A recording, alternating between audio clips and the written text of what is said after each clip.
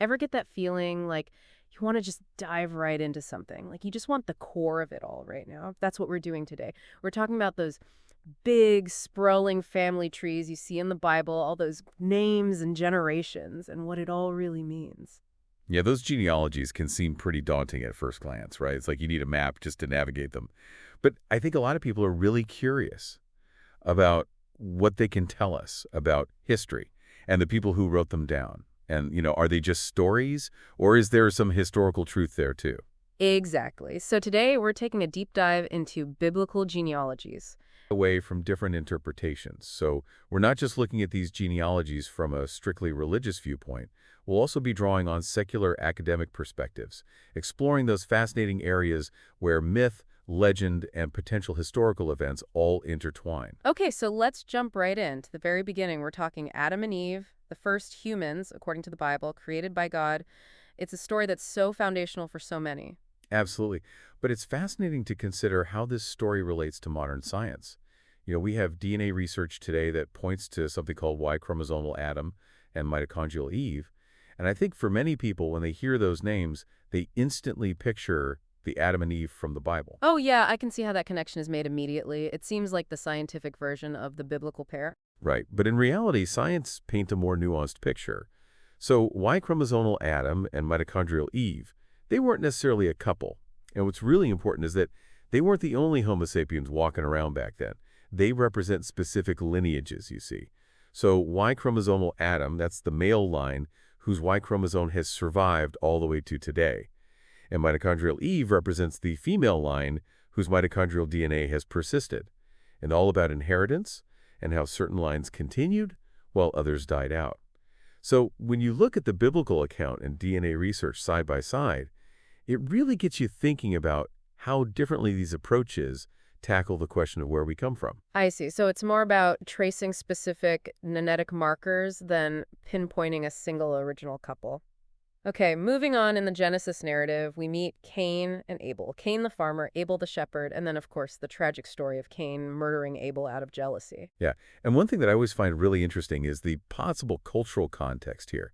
Think about the early Israelites. They were very much a pastoral society focused on herding. So it makes sense that they might have seen Abel, the shepherd, in a more favorable light, right? And some scholars even suggest that this story could reflect actual historical tensions that existed between pastoral communities like the early Israelites and agricultural societies in that region. So maybe not a literal retelling of the first murder, but more a symbolic story that touches on bigger societal conflicts of the time. Exactly. When we read the Bible, it's important to keep in mind that the writers often had a different purpose than modern historians. They weren't always aiming for strict historical accuracy. Their goal was often to teach moral and theological lessons. And the story of Cain and Abel really powerfully illustrates those themes of sin, envy, and divine favor. Now, after Cain and Abel, we have Seth, their younger brother. And the Bible gives us these genealogies for both Cain's descendants and Seth's descendants. And here's where things get super interesting. The lists of names are strikingly similar. You're right, the similarities are hard to miss. You have these sets of 6 names in each lineage with just slight variations maybe in spelling or the order. And that really strongly suggests that these might have originated from a single shared oral tradition. It's like two branches sprouting from the same trunk. That's a great way to put it. And I think this points to a bigger picture. The early books of the Bible, they weren't written in isolation. They drew on existing traditions, stories that had been passed down orally. And sometimes they might have adapted and merged those traditions to fit their own narrative goals and theological messages. So we get these layers of development. It makes you appreciate the complexity of how those texts came together. So we've explored the very beginnings of humanity, according to the Bible. Where does this family history lead us next? Well, the next big chapter is the story of Noah and the flood, another pivotal story, and it's one that's echoed in many cultures around the world. God decides to basically hit the reset button on Earth, started fresh with Noah and his family. And you mentioned earlier how floody stories appear in so many different ancient cultures. Is that just a coincidence that seems too widespread to just be random? Right. The fact that flood narratives are so common across cultures really suggests that there might be some basis in actual events, maybe a truly catastrophic global flood, or perhaps multiple large-scale floods that happened in different regions. And then over time, these events get woven into myths and legends. Makes sense. So then we have Noah's three sons, Shem, Ham, and Japheth. And this is where we get that old idea of three distinct human races coming from them, right? That's not accurate from a scientific standpoint, is it? No, not at all. That's a very outdated view. Modern science, especially genetics, simply doesn't support this simplistic division of humanity. We see a beautiful spectrum of genetic diversity across the globe, and it's allowed us to identify so many different ethnicities, but it doesn't fit into a neat three-race model. So when the Bible talks about the family tree of nations coming from Noah's grandsons, what's really going on there? What's interesting is that the Bible connects these descendants of Noah to nations that were known in the Middle East during the time these texts were being written. It's basically their way of understanding and organizing the world as they knew it. Like a map based on their limited knowledge of the world, right? Exactly. Their worldview was shaped by their geography. People living in far-off lands beyond the Middle East, they weren't part of their known world. Can you give some examples of how the connections worked? Sure. So Ham tends to be associated with regions to the south, think Mitzrayim, the Hebrew word for Egypt, but also Canaan and Cush, which is ancient Nubia. Then you have Shem, whose descendants are linked to West Asia, Aram for Syria, Asher for Assyria, and Elam, which was located on the Iranian plateau. And then Japheth, his descendants are associated with more distant lands, sometimes a bit harder to pin down. You have Jevon for the Greeks, Madai for the Medes, and then later on, in medieval times, scholars tried to connect some of Japheth's descendants to various parts of Europe. So it's more of a reflection of their worldview than a comprehensive genealogy of everyone on Earth. Exactly. It was limited by their awareness of the world. Okay, let's move down the family line. We're getting closer to Abraham. But before him, there's Aber. Anything significant there?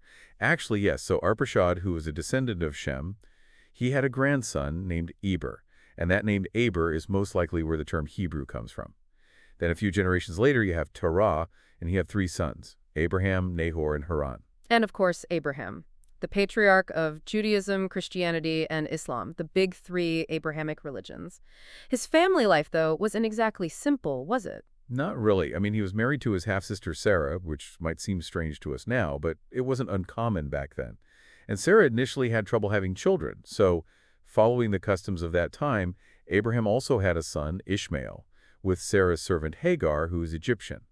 And in Islamic tradition, Ishmael is considered an ancestor of the northern Arab peoples. Right. And then, miraculously, Sarah gives birth to Isaac in her old age. And Hagar and Ishmael are sent away. That's how it's told in the Bible. Yes, that's the account we find in Genesis. But there's more.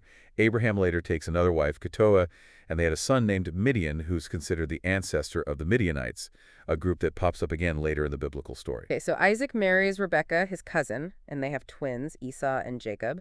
And then, of course, their sibling rivalry becomes another major theme in Genesis. Exactly. Esau, as the firstborn, was supposed to get the birthright.